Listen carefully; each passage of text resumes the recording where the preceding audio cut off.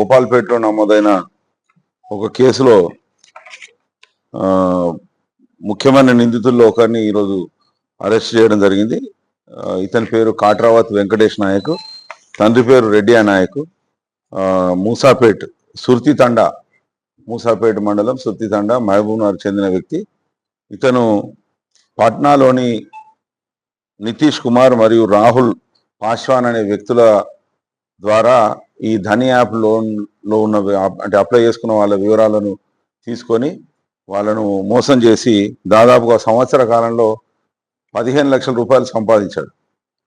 15 లక్షల రూపాయలు సంపాదించి తన ఇంటి ఖర్చులకు, స్కూల్ ఫీజులకు, రకరకాల విలాసాలకు ఈ డబ్బు ఖర్చు చేయడం జరిగింది.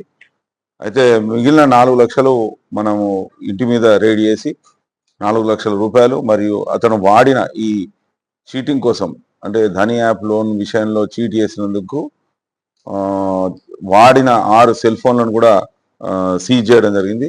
ఇవన్నీ కూడా కోర్టుకు పెట్టడం జరుగుతుంది. అయితే దీనిలో ఈ గ్యాంగ్లో మొత్తం దాదాపు 30 మంది ఉన్నారనేది మా అంచనా.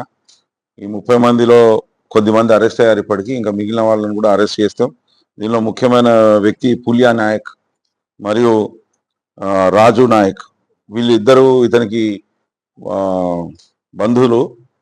అంతేకాకుండా ఇతన్ని ఈ వ్యవహారంలోకి దింపిన ఆంజనేయులు నాయక్ అనేట అతను వర్త్యావత్ ఆంజనేయులు నాయక్, అతని కూడా పరారీలో ఉన్నాడు. వీళ్ళందరినీ కూడా త్వరలో అరెస్ట్ చేయడం జరుగుతుంది. అరెస్ట్ చేసి ప్రాపర్టీ రికవరీ చేయడం, తర్వాత ఈ సెల్ ఫోన్లు సీజ్ చేయడం చేసి కోర్టుకు సబ్మిట్ చేయడం జరుగుతుంది. మరిన్ని వీడియోస్ కోసం ఛానల్ ని సబ్స్క్రైబ్ చేయండి. లేటెస్ట్ అప్డేట్స్ కోసం వాట్సాప్ ఛానల్ ని ఫాలో అవ్వండి. ఆ లింక్ డిస్క్రిప్షన్ లో ఉంది.